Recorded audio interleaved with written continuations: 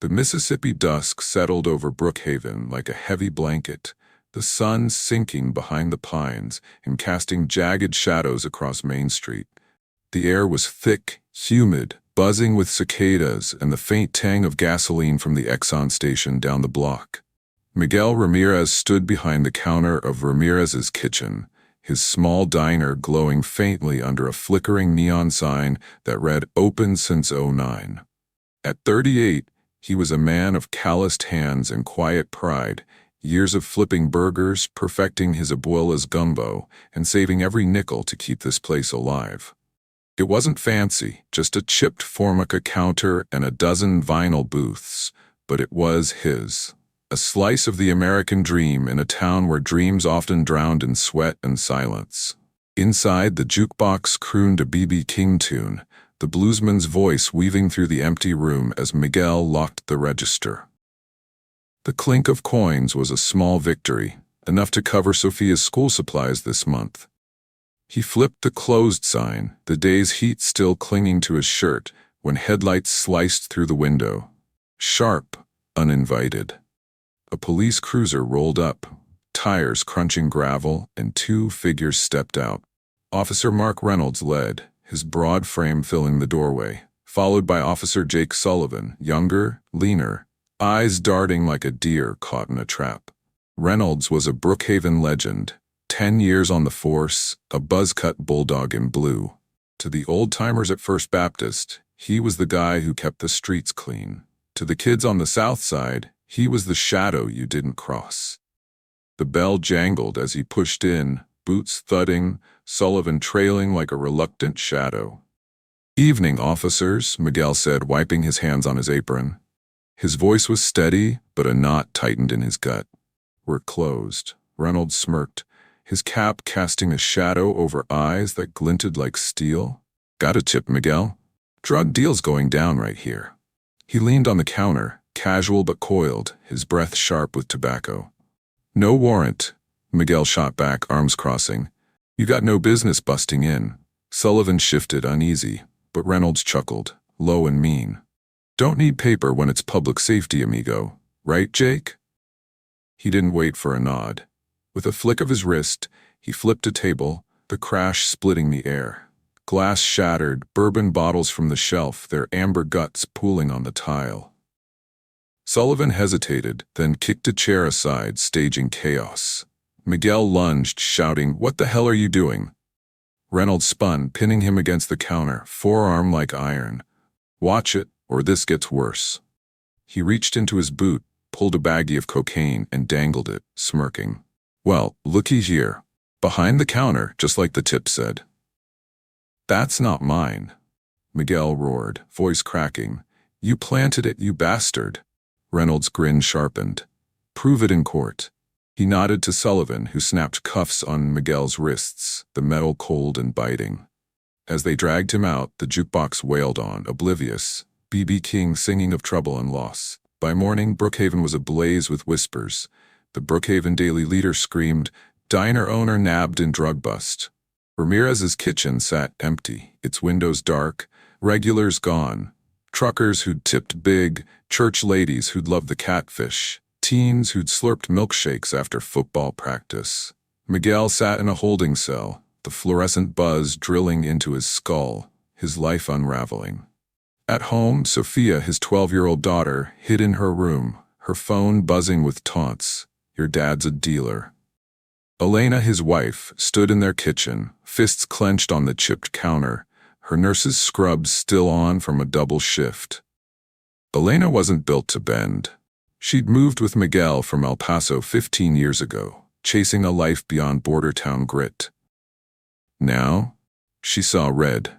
She grabbed her phone and dialed Lisa Carter, a 28-year-old journalist with a reputation for digging where others feared to tread. Lisa had been circling Brookhaven's shadows, chasing rumors of dirty cops.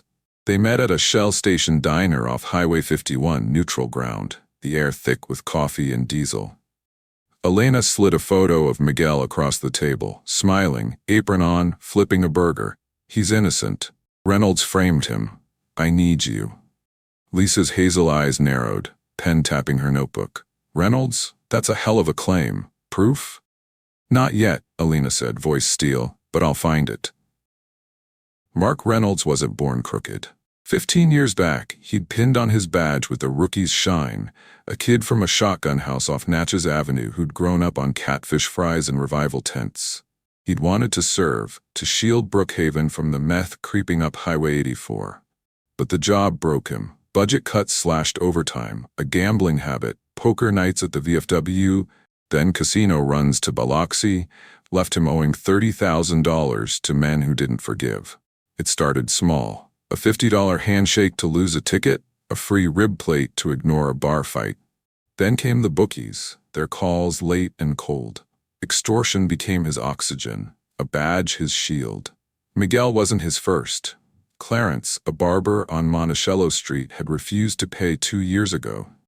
Reynolds planted weed in his clipper drawer. 6 months in county jail. Patel, the gas station owner on Brookhaven Avenue, forked over $200 monthly to dodge safety checks. Those who resisted got the treatment: staged busts, forged tips, a machine oiled by fear. Sullivan, his partner, was a reluctant cog, a 24-year-old rookie who joined for college money, now trapped under Reynolds' thumb. That night, Reynolds slouched in his cruiser, sipping Jim Beam from a flask, the radio crackling static. "He'll crack," he told Sullivan, wiping his mouth. "They always do." Sullivan stared at the dashboard, jaw tight. "What if he doesn't?" "Then we lean harder," Reynolds snapped. "You in or out?" Sullivan nodded, but his gut churned. Elena and Lisa became a 2-woman storm. Lisa's apartment turned into a bunker, walls papered with arrest logs, bank stubs, scribbled names. She interviewed ex-cons who'd whispered of Reynolds' tax, tracked cash trails to a Biloxi account. Elena worked the streets, slipping into juke joints, leaning on church deacons, collecting hushed confessions. Brookhaven split down the middle. Half saw Reynolds as a bully, half as a necessary devil in a town where law was a gray line. Miguel's trial loomed, 6 weeks away. The diner stayed dark, its windows smeared with graffiti. Drug hole. Sophia quit school, her best friend texting, "My mom says you're trash now." Elena sold her Abuela's silver cross to pay a lawyer, but the cocaine, Reynolds' plant, looked ironclad. Miguel's calls from jail grew quieter, his voice hollow. "I can't lose her, Elena. Sophia, she's everything." Then a crack opened. Late one muggy night, Lisa's phone buzzed, an anonymous text: "Sullivan's cam, 10:15, back it up fast." She met her source, a twitchy rookie named Daniels, in a Walmart parking lot at 2 a.m. He shoved a USB into her hand, sweat beading. "This ends him, or I'm dead." The footage was dynamite. Reynolds planting the baggie, his smirk caught in grainy light, Sullivan's shuffle as he cuffed Miguel. Lisa's hands shook as she uploaded it to a cloud drive, then sent it to the Jackson Clarion Ledger. By sunrise, it hit X-TAF, Brookhaven Justice trending. TikTok clips exploding with millions of views. CNN ran it. Mississippi cop caught framing diner owner. A local rapper dropped a freestyle over the footage. "Badge don't mean you clean," racking up shares. Brookhaven ignited. Protests clogged Main Street, a sea of signs: "Free Miguel, Jail Reynolds," swaying outside the limestone courthouse. Church choirs sang Amazing Grace on the steps. Teens live-streamed from vape clouds. Reynolds holed up in his trailer, blinds shut, flask dry. Sullivan vanished, whispers of a plea deal swirling. The department buckled. Reynolds was nabbed at 3 a.m., dragged from his bed in stained boxers, cuffs snapping as neighbors filmed. Chief Harris faced cameras, voice gravel, were purging the rot. Sullivan resurfaced, cutting a deal, 5 years of extortions, frame-ups, a ledger of filth laid bare. Reynolds' trial was a zoo. TV crews, Miguel's supporters chanting, Lisa's footage looping on screens. He took the stand, eyes sunken. "I kept this town safe, debts piled up, bookies don't wait. I bent rules, not broke 'em." The jury deliberated 12 hours. Guilty. 15 counts: corruption, tampering, abuse. 25 years, no parole. Miguel's supporters cheered, but the drama wasn't done. Days before sentencing, a leak hit. Reynolds had bribed a juror, $5,000 slipped through a cousin, a desperate dodge. Judge Hattie Cole, a firebrand in black robes, voided the trial. A second loomed, tension choking the town. Reynolds smirked in cuffs. "I ain't finished." Elena clutched Sophia outside court, whispering, "He won't win." Then Sullivan dropped the hammer.